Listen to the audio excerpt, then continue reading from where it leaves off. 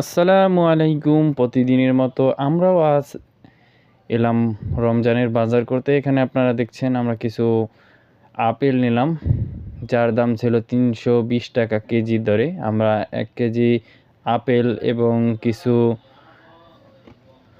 তরমুজ নেওয়ার কথা ভাবছিলাম, কিন্তু তরমুজটা একটু বেশি দাম, যার কারণে আমরা তরমুজটা না নিয়ে শুধু আপেলটি এবং কিছু খেজুরও নেব এখান থেকে।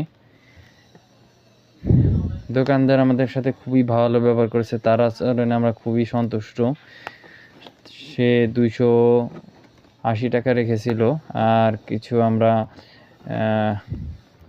খেজুরও নিয়েছিলাম, যা ১৪০০ টাকা কেজি দরে।